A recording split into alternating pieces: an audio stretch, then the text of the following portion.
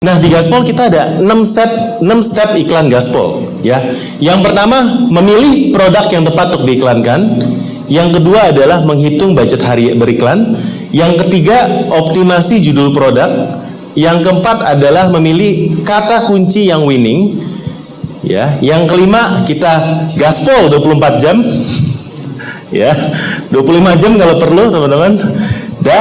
Dan yang terakhir adalah evaluasi. Selamat siang semua.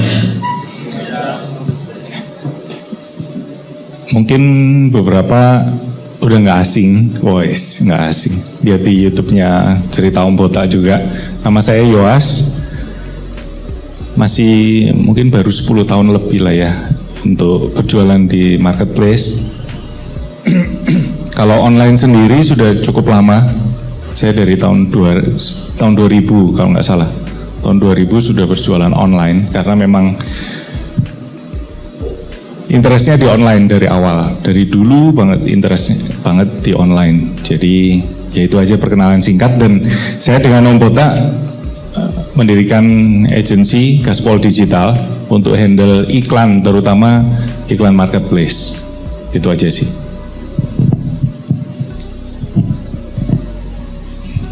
Sebenarnya kalau teman-teman tanya agensi Gaspol itu apa? Nah, agensi Gaspol itu kita optimasi iklan di marketplace, ya. Jadi buat teman-teman yang berminat, ya pastinya kita tuh happy ya bisa kalau memang bisa bergabung di Gaspol. Nah, ini adalah saya sharing aja mungkin ya dari klien-klien kita, misalnya dari fashion wanita muslim ya yang bergabung di kita.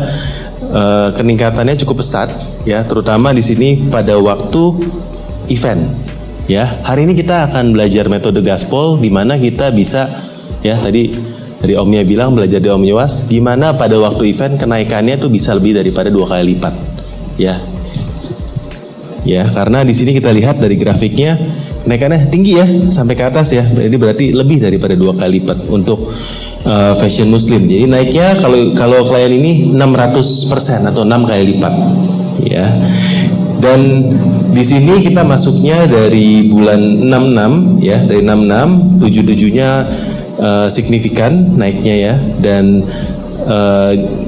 bulan kebelakangnya setiap kali event pun grafiknya kurang lebih sama ya, seperti itu ya. Ada kenaikan yang cukup signifikan.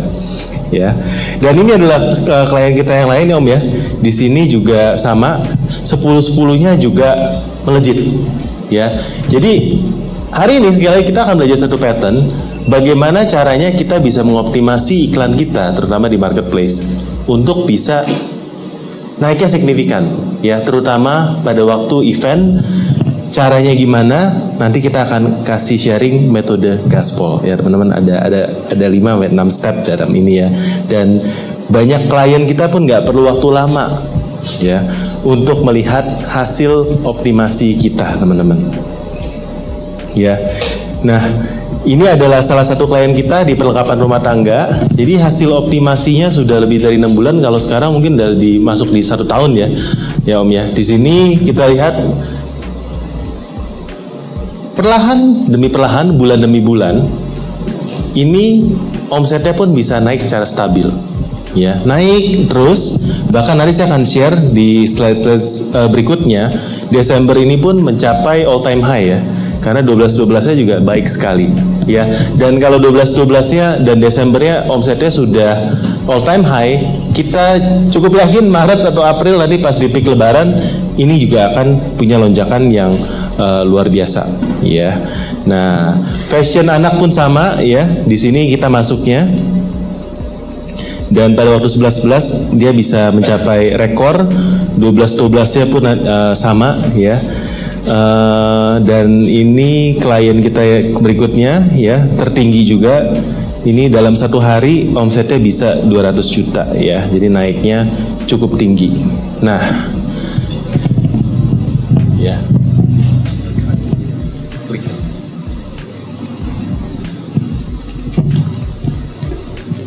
Di pointer Pak adanya Pak? Gak ada yang klik.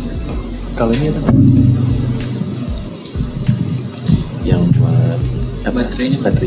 Oh, boleh Pak, nanti sama saya diganti. Oke, kasih.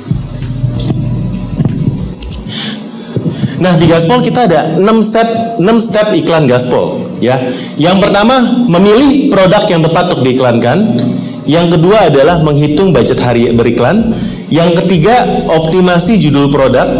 Yang keempat adalah memilih kata kunci yang winning. Ya, yang kelima kita Gaspol 24 jam.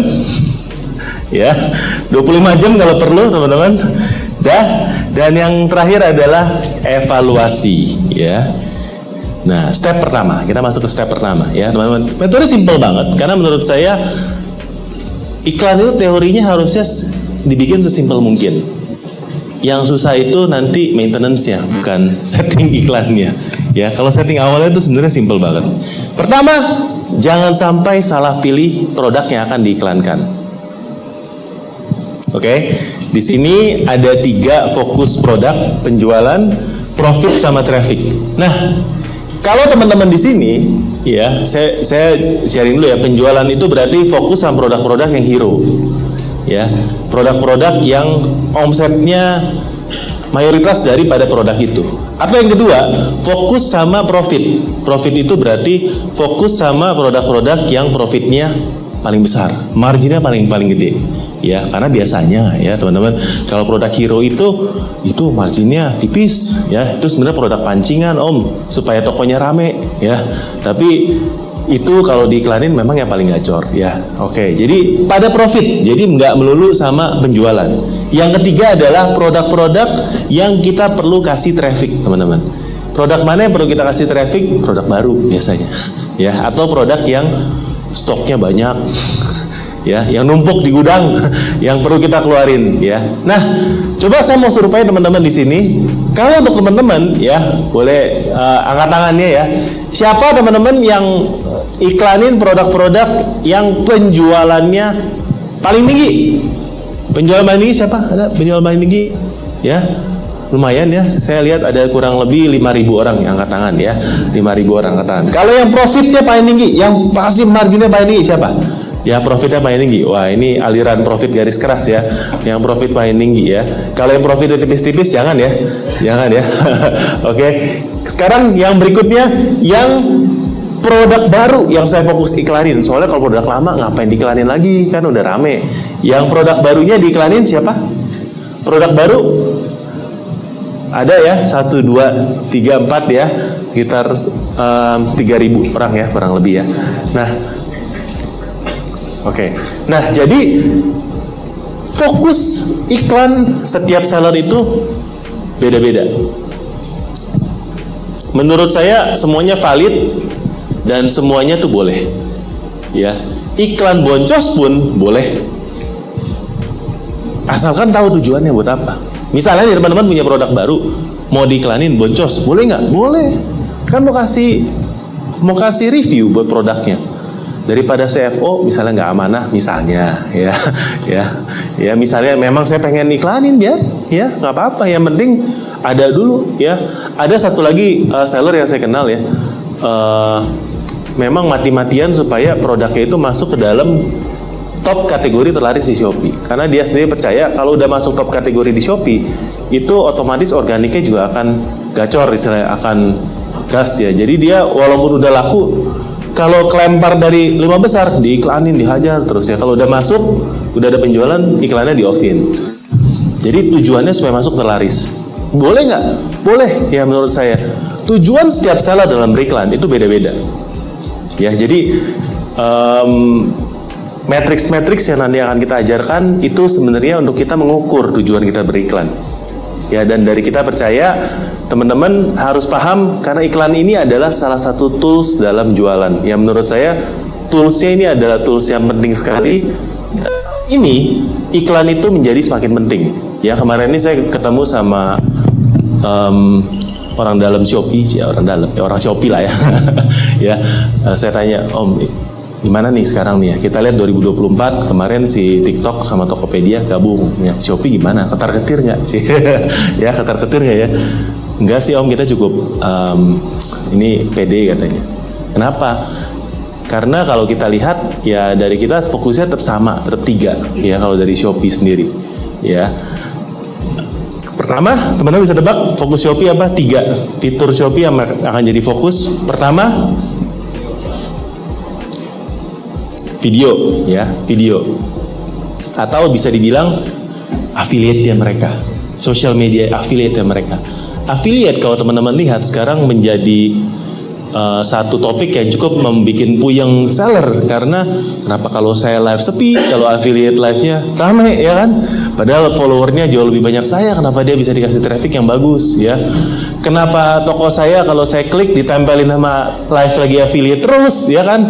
Itu namanya begal traffic katanya. Kalau teman-teman seller tuh bilang ya, ini dibegal nih trafficnya saya nih.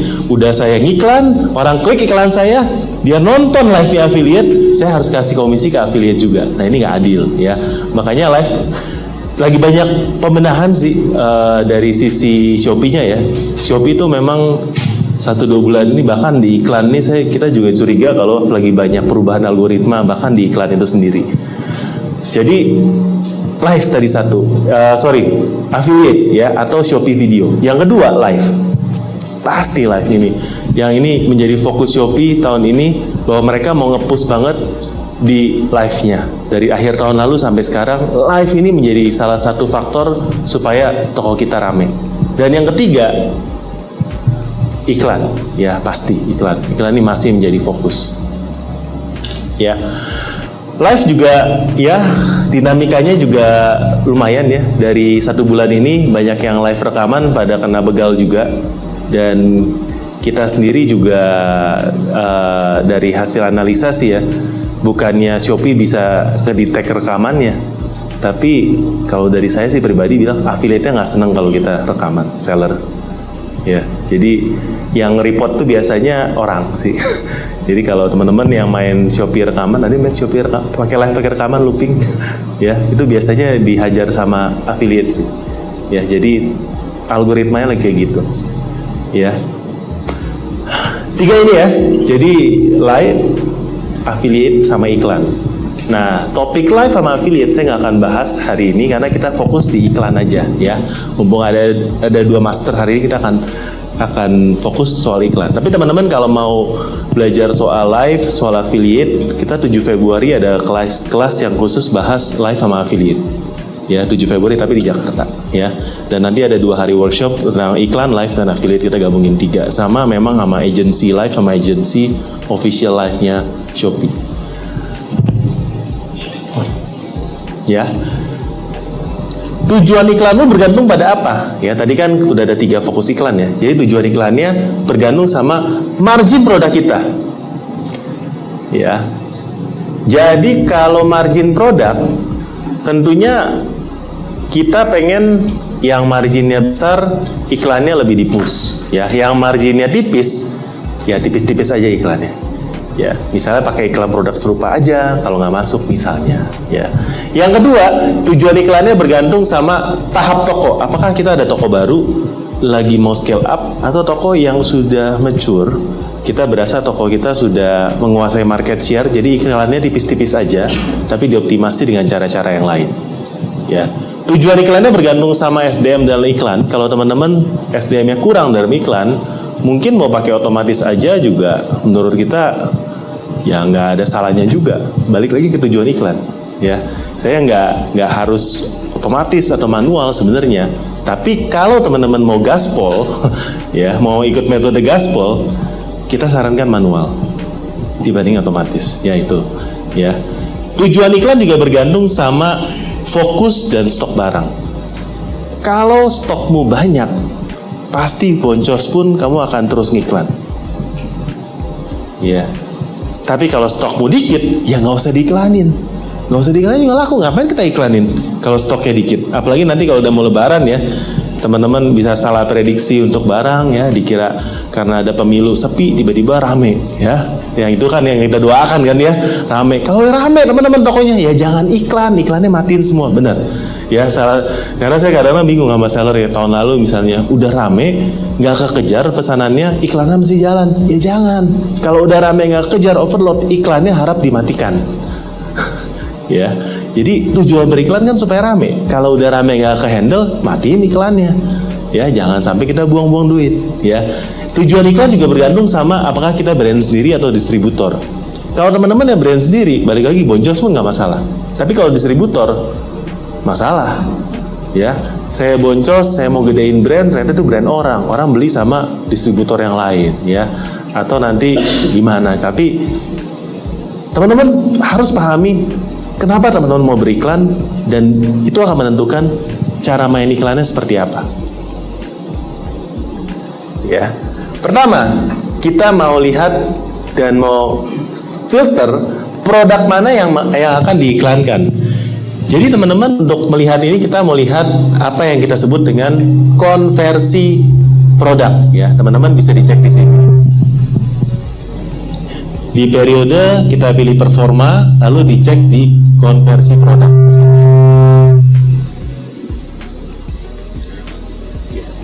Oke. Nah, ini saya sudah buka ya, dan tadi saya sudah cek filternya dari tingkat konversi yang pesanan siap dikirim ya, teman-teman. Konversinya di pesanan siap dikirim ya.